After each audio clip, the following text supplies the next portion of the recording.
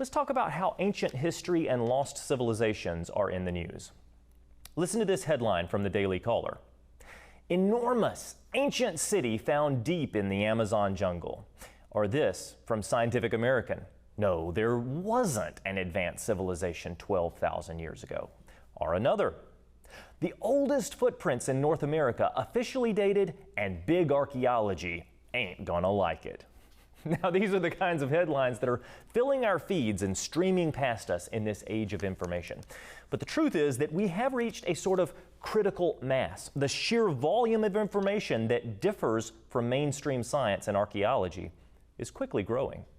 People are talking about it in grocery store lines and the barber shops and on TikTok and Instagram. Podcasts are getting filled with it. But what are they talking about? People are talking about the origin and history of humanity, ancient civilizations, and the history of our Earth. It feels like there's this revolution taking place, and people are waking up from mass psychosis. People are beginning to question what they've been taught because it doesn't seem to match up with what is being now discovered. But in 2022, with the release of the series Ancient Apocalypse on Netflix, things really reached a fever pitch. The premise of this show, presented by Graham Hancock, is that there are a huge number of archaeological mysteries that are not sufficiently explained by the history we've been classically presented.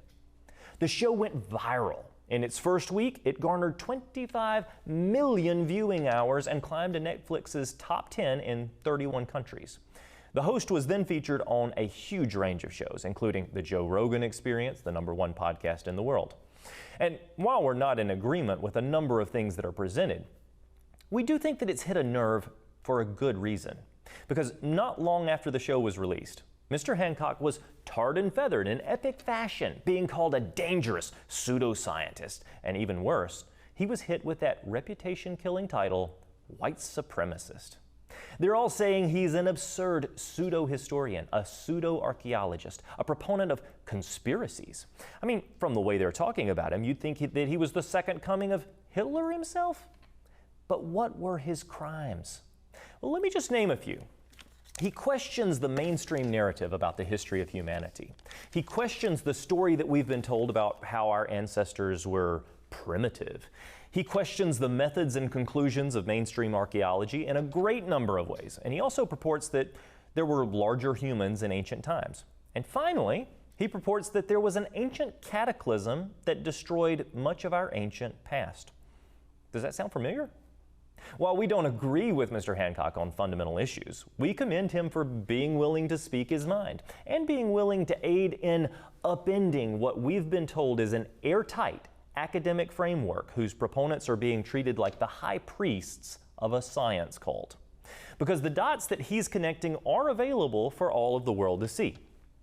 But someone's actually got to point out that the emperor doesn't have any clothes, because there is overwhelming evidence that many of our ancestors were not primitive, but rather sophisticated. There is great evidence that there was a global cataclysm that affected all of the nations on the earth. And yes, there's even evidence that there were larger humans on the earth back in those days. Incidentally, these ideas all fit with the biblical creation account found in Genesis. And on top of that, there are gaping holes in the ancient history that has been trumpeted by mainstream archaeologists, scientists, and historians. Now, why are there gaping holes, you might ask? Because the mainstream has been forced to fit everything into the Darwinian theory, a theory which has no basis in reality. Now, Mr. Hancock may not be right about his conclusions, but at least he's willing to call out the obvious flaws in the mainstream, and for that, it's worth commending him. But we would invite him, along with our listeners, to consider the biblical account of creation, an account that has been time and time again proven correct.